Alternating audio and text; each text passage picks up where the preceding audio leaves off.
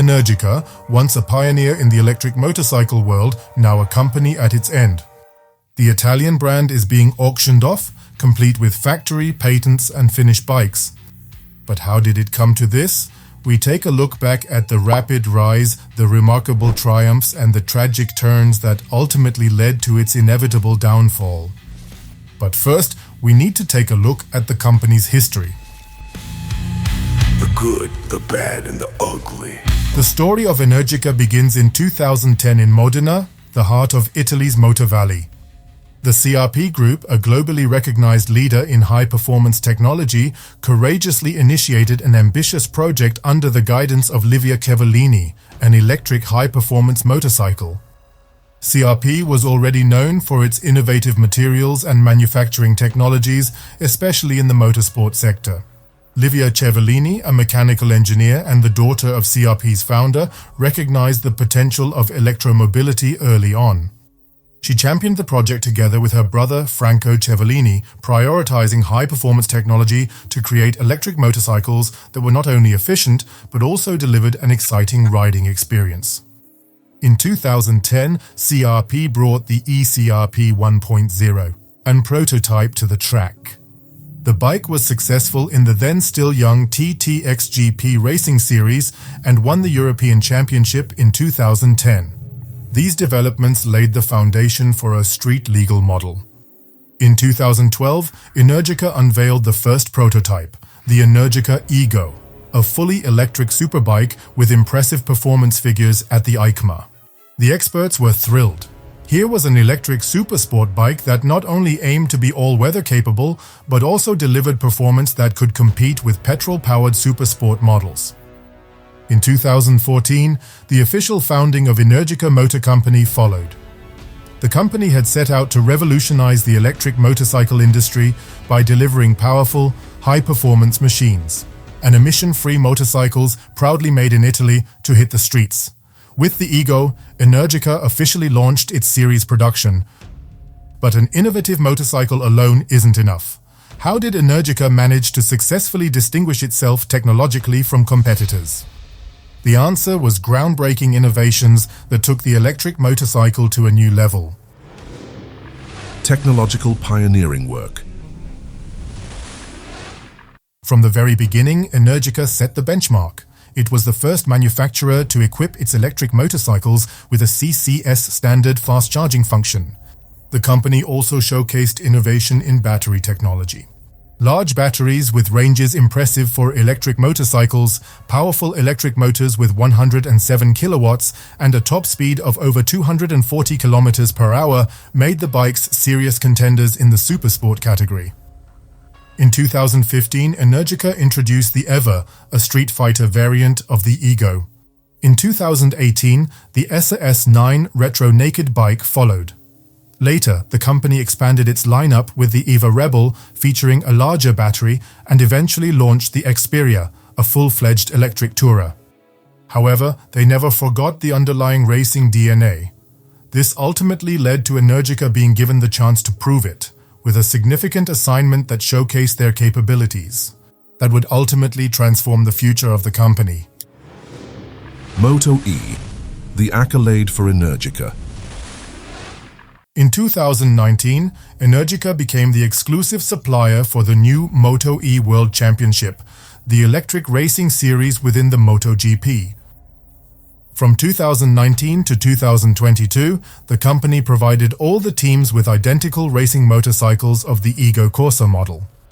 With 120 kilowatts, 160 horsepower, and 220 Newton-meters of torque, the Corsa delivered impressive riding performance. Weighing around 260 kilograms, it was undeniably a true heavyweight.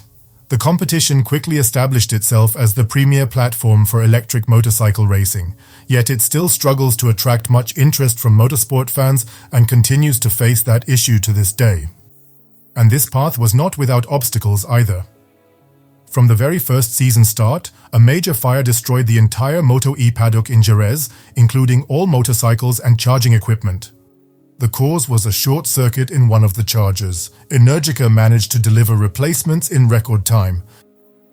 Yet the disaster already revealed how fragile the project was. Another issue emerged during the first MotoE race in 2019 at the Sachsenring. After a crash, an Energica bike slid at high speed into the air fences, forcefully slamming into the track barriers. The immense force of the heavy motorcycle breached the air fence, leading to the race being immediately red flagged and halted in compliance with the regulations. As a consequence, additional safety measures were naturally implemented right away. Energica developed a remote shutdown system designed to safely deactivate bikes involved in accidents. Before that, marshals were equipped with specially insulated gloves to significantly reduce the risk of electric shock during motorcycle recovery. Despite the challenges, Energica's machines have proven themselves over 4 seasons in MotoE, and no further incidents have occurred. In 2023, Ducati stepped in as the official supplier, bringing an end to Energica's participation in the racing series. However, success on the racetrack didn't guarantee stable sales numbers whatsoever.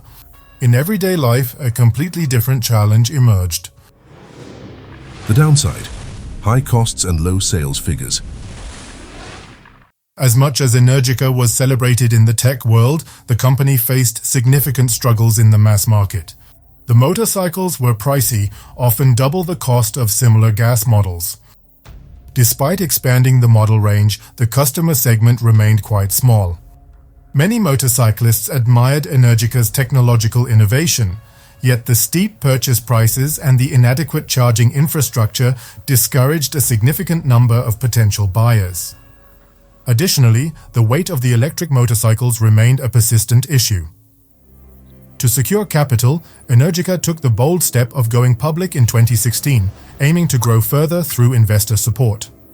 While this did bring in fresh capital, the company continued to report losses. In 2021, the US investor Ideanomics finally stepped in as the majority shareholder with a 75% stake. They pushed forward with an aggressive expansion strategy, scaled up production, and invested in new models. For a moment, it seemed like Energica was ready to truly take off. In 2022, revenue grew by an impressive 200% compared to the previous year. But this success wasn't sustainable. The decline, market problems, and financial crisis. But looks were deceiving. From 2023, the global e-motorcycle market began to weaken. The initial enthusiasm for electric drives gradually gave way to a more skeptical attitude among many buyers. High prices, limited charging infrastructure, and uncertainty about the long-term market outlook contributed to a noticeable slowdown in sales. At the same time, all manufacturers, not just Energica, faced rising production costs due to ongoing issues in global supply chains and more expensive raw materials for batteries. Energica's majority shareholder, Ideanomics, also found itself facing financial difficulties. Originally seen as a savior and growth engine, the company had to unexpectedly halt its investments in 2023, leaving their plans in uncertainty. Without fresh capital, it became nearly impossible for Energica to sustain its ongoing operations. New models could not be developed as originally planned, and existing projects were brought to a complete halt. Without capital and with rapidly mounting debt, Energica was beyond saving. In October 2024, the company officially declared bankruptcy. Ironically, the order books were still quite full, with both private customers and international police departments having placed a considerable number of orders. But without the essential working capital required to sustain operations, the company ultimately had no other option than to permanently shut down its business. The final chapter: the auction. Now Energica is being auctioned off in its entirety. All the company's assets, including production facilities, patents, existing motorcycles, spare parts, and intellectual property, are now available for purchase. The auction opens with a modest starting bid of $3.5 million, but the sale is contingent on meeting the minimum reserve of $4.6 million, ensuring it won't proceed unless bids reach or exceed that threshold. But for comparison, a single Bugatti Chiron theoretically carries a price tag that significantly surpasses the entire Energica company. The really intriguing question is whether a buyer will emerge who doesn't just see Energica as a bargain opportunity, but genuinely wants to carry the brand forward. A potential investor would not only need the financial resources for the acquisition, but also a well-defined strategy for revitalizing the brand. The challenges are significant. The market for electric motorcycles remains tough. Established manufacturers continue to face challenges in achieving profitability and gaining consumer acceptance, and Energica's previous business model has ultimately proven unsustainable. Another possibility is that technology companies or major motorcycle manufacturers secure individual patents and production facilities to push forward their own developments, without adopting the Energica brand and reviving it as such. In this scenario, the once highly ambitious company would likely vanish from the scene entirely, never to return. But there is still hope. Perhaps an investor sees potential in the brand, the models, or the technology. Perhaps Energica will experience a second life or disappear forever in the history books of the electric motorcycle industry.